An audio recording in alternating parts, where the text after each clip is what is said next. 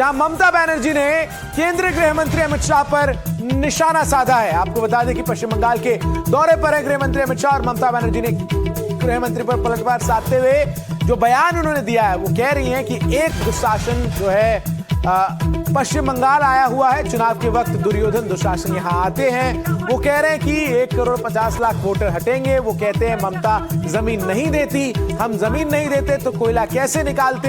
ये बात ममता बनर्जी की तरफ से कही गई है। यहां सारा विकास कार्य हमने किया है। तो अब पश्चिम बंगाल की लड़ाई आमने सामने की हो चुकी है। क्या कुछ कहा है ममता बनर्जी ने, आइए आपको सुनवाते हैं। একজন দুঃশাসন এসছেন বাংলায়। ভোট আসলে দুর্যোধন আর দুঃশাসনরা আসেন, ওদের চোখে দেখবেন, দু চোখে দেখলেই আতঙ্ক হবে। এই বুঝি কিছু ক্ষতি করতে এলো রে, এলো রে, এলো রে, এলো রে, গেল রে, গেল রে, গেল রে। দুঃশাসন বাবু এসছেন, শকুনি মামার চেলা চামুন্ডারা ঘুরে বেড়াচ্ছে আর বলে বেড়াচ্ছে বাংলায় নাকি 1.5 কোটি লোকের নাম বাদ যাবে। কেন?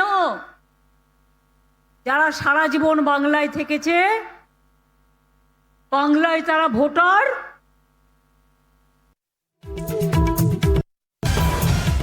तो आपने सुना किस तरीके से हमलावर नजर आए हैं ममता बनर्जी। वहीं ममता बनर्जी ने कहा कि बंगाल से 58 लाख वोटर गायब हुए हैं। दुशासन से पूछो ऐसा क्यों हुआ है।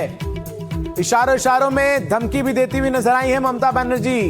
इसके साथ ही उन्होंने ये भी कहा है कि वो होटल में छिपे हैं, हमारी सौम्यता की वजह से आप होटल में खा पा रहे हैं। ये बयान है मुख्यमंत्री ममता बनर्जी का।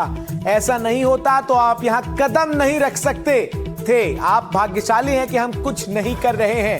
ये जो बयान इस वक्त मैंने आपको बताया, ये पश्चिम बंगाल की मुख्यमंत्री ममता बनर्जी का है। आपको बता दें कि केंद्रीय गृह मंत्री अमित शाह पश्चिम बंगाल के दौरे पर हैं और आज उन्होंने प्रेस कॉन्फ्रेंस करते हुए राज्य सरकार पर तीखा निशाना साधा है और इस निशाने का पलटवार भी ममता बनर्जी ने तुरंत कर दिया है। श्रेयसी हमारी सहयोगी अधिक जानकारी के साथ इस खबर पर हमारे साथ पश्चिम बंगाल की राजधानी से जुड़ रही हैं तमाम जानकारी साझा करने के लिए। श्रेयसी, पहले अमित शाह की प्रेस कॉन्फ्रेंस और उसके बाद ममता बनर्जी का जवाब। पश्चिम बंगाल का जो चुनावी रण है उसका टोन सेट हो चुका है। ममता बनर्जी बहुत आक्रामक तरीके से हमलावर हैं, न केवल बीजेपी पर बल्कि केंद्रीय गृह मंत्री अमित शाह पर भी।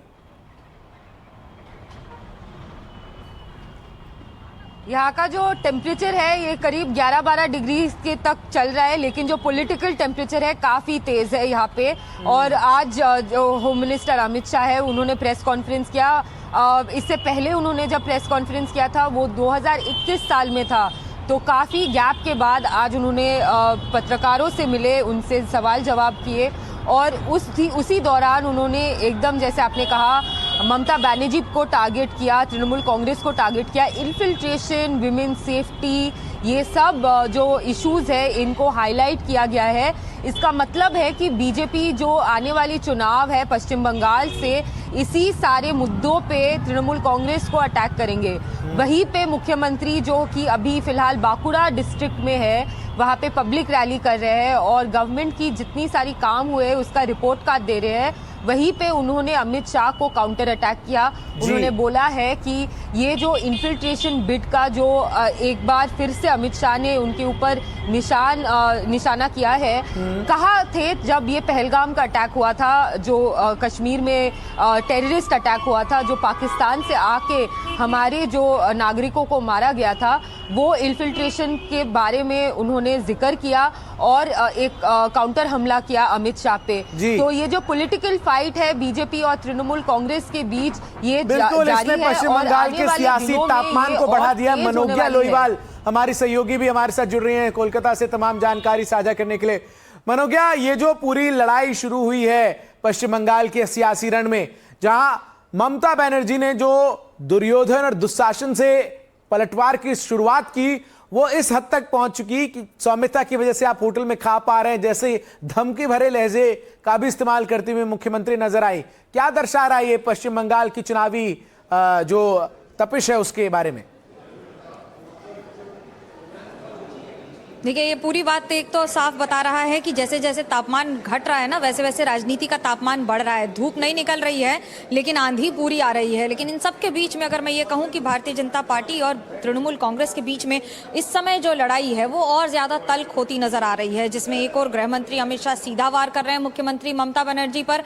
आरोप लगा रहे हैं कि जो केंद्र की स्कीम्स हैं उन्हें नहीं लागू किया जाता है। आयुष्मान भारत जैसी स्कीम्स को बंगाल में नहीं बल्कि उसको स्वास्थ्य साथी बनाकर लागू किया जाता है। तो वहीं दूसरी ओर तृणमूल कांग्रेस की तरफ से भी सीधा जवाब ये कहते हुए कि जहां एक और बंगाल में जो काम है वो नहीं करने दिए जा रहे हैं, तो तानाशाही का आरोप लगाया जाता है केंद्र सरकार पर। और इन सब के बीच में अगर मैं ये कहूं कि एक और मुख्यमंत्री ममता बनर्जी जो लगातार, आज जैसे मंदिर की बात हुई तो मंदिर पर भी ये पूछा गया कि भाई अगर मंदिर बना रही हैं तो उस पर आपका क्या कहना है, तो गृह मंत्री अमित शाह का सीधा जवाब था कि अगर मंदिर बना रही हैं तो मुझे इस बात की खुशी है, लेकिन जब बात राजनीति की होती है तो फिर मंदिर और मस्जिद से परे इस समय एक एक वोटर को साधने का प्रयास दोनों दल लगातार कर रहे हैं। तृणमूल कांग्रेस जिस भाषा में ममता बनर्जी ने गृह मंत्री अमित शाह के पूरे आरोपों का जवाब दिया है, क्या यह भाषा दिखा रही है कि तृणमूल कांग्रेस अपना पूरा जो चुनाव प्रचार है वो बहुत आक्रामक रखेगी बीजेपी पर, और विशेष तौर पर बीजेपी के दो सबसे बड़े जो नेता हैं उन पर?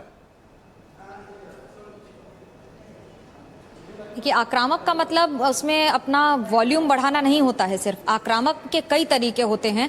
पार्टी किस तरह से कारपेट बॉम्बिंग करती है ये देखा जाता है। वो भले ही तृणमूल कांग्रेस हो, तृणमूल कांग्रेस के लिए ये वर्चस्व की लड़ाई है। तृणमूल कांग्रेस ने यहाँ पर शासन किया है, तृणमूल कांग्रेस का जन्म यही हुआ है। लेकिन आज खुद गृह मंत्री अमित शाह ने साफ कह दिया कि जब भारतीय जनता पार्टी का जन्म भी बंगाल में हुआ है।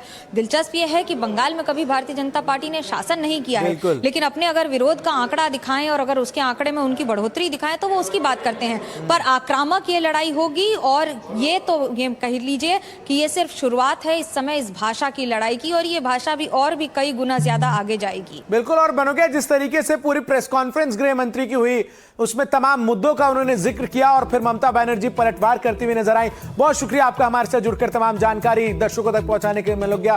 नजर आप बनाए रखिएगा पश्चिम बंगाल की सियासत में हर जो बड़ी डेवलपमेंट है वो लगातार एनडीटीवी पर हम आपको पहुंचाएंगे। वहीं केंद्रीय गृह मंत्री अमित शाह जब आज प्रेस कॉन्फ्रेंस करने पहुंचे तो किस तरीके से उन्होंने सीधा और तीखा हमला पश्चिम बंगाल की सरकार पर बोला, यह भी जरा आपको सुनना चाहिए। तृणमूल कांग्रेस के 15 साल के शासन में भय, भ्रष्टाचार और कुशासन और विशेषकर घुसपैठ से बंगाल की जनता चिंतित भी है, भयभीत भी है और आशंकित भी है। हम भारतीय जनता पार्टी के सभी कार्यकर्ता बंगाल की जनता को आश्वासन भी देना चाहते हैं और वादा भी करना चाहते हैं कि मोदी जी के नेतृत्व में बंगाल में भारतीय जनता पार्टी की सरकार बनने के साथ ही यहां की विरासत को हम पुनर्जीवित करेंगे। विकास की गंगा फिर से बड़ी तेज गति से बहेगी और गरीब कल्याण जो बंगाल का आज बहुत महत्वपूर्ण मुद्दा बना है, देश भर में जहां जहां एनडीए सरकार है, भाजपा सरकारें हैं, हमने गरीब कल्याण को प्राथमिकता दी है। यहां पर भी गरीब कल्याण को प्राथमिकता दी जाएगी। और इस सब के साथ साथ एक ऐसी मजबूत राष्ट्रीय ग्रिड बनाएंगे जो बंगाल से घुसपैठ को समाप्त कर देंगी। इंसान छोड़ दीजिए, परिंदा भी पैर नहीं मार पाए, इस प्रकार की एक मजबूत ग्रिड की रचना हम करेंगे। और न केवल घुसपैठ रोकेंगे, सारे घुसपैठियों को चुन चुन कर भारत के बाहर निकालने का काम भी भारतीय जनता पार्टी की बंगाल सरकार करेगी। घुसपैठ के अलावे भ्रष्टाचार से पूरी बंगाल की जनता त्रस्त है। रोजवेली चिटफंड घोटाला, कैश फॉर क्वेरी घोटाला, एसएससी घोटाला, नगर पालिका नगर नियम का भर्ती का घोटाला, गाय तस्करी का घोटाला, राशन पीडीएस का घोटाला, मनरेगा का घोटाला, पीएम आवास का घोटाला, इतने सारे घोटाले हैं कि मैं पूरा लिस्ट पढ़ूंगा तो मेरी प्रेस कॉन्फ्रेंस का पूरा हिस्सा ही उसमें चला जाएगा। अब क्या ममता बनर्जी इस बात का जवाब दे सकती है कि आपके मंत्रियों के ठिकाने पर से 27 करोड़ रुपया मिलता है, जिसको गिनते गिनते नोट गिनने की मशीन भी गर्म होकर बंद हो जाती है। बंगाल जैसे गरीब राज्य के अंदर 27 करोड़, 20 करोड़, 15 करोड़ ये राशि मिल रही है, आपकी कोई अकाउंटेबिलिटी नहीं है। शोभन चैटर्जी आरोपी बनाए जाते हैं, कुणाल घोष 3 साल जेल में रहकर आते हैं, और आप कहती है कि भ्रष्टाचार नहीं हो गया, हो रहा है। आप आंख मूंद लिए ही हो भ्रष्टाचार के लिए, मगर बंगाल की जनता अपनी आंख बंद कर कर नहीं बैठी है। गरीब बंगाल की जनता के अधिकार का पैसा आपकी कैडर की भेंट चढ़ रहा है, आपको इसको जवाब देना पड़ेगा। सांप्रदायिक तुष्टीकरण को इस राज्य सरकार ने अपनी नीति के रूप में स्वीकार कर लिया है। अब मरहम लगाने का प्रयास हो रहा है, मैं सुबह से देख रहा हूं, मगर अब मरहम लगाने से कुछ नहीं होता है। हृदय पर, बंगाल की हिंदुओं के हृदय पर घाव इतना गहरा बैठ गया है कि कोई मरहम काम नहीं आएगा। अब आपका जाने का समय तय हो गया है।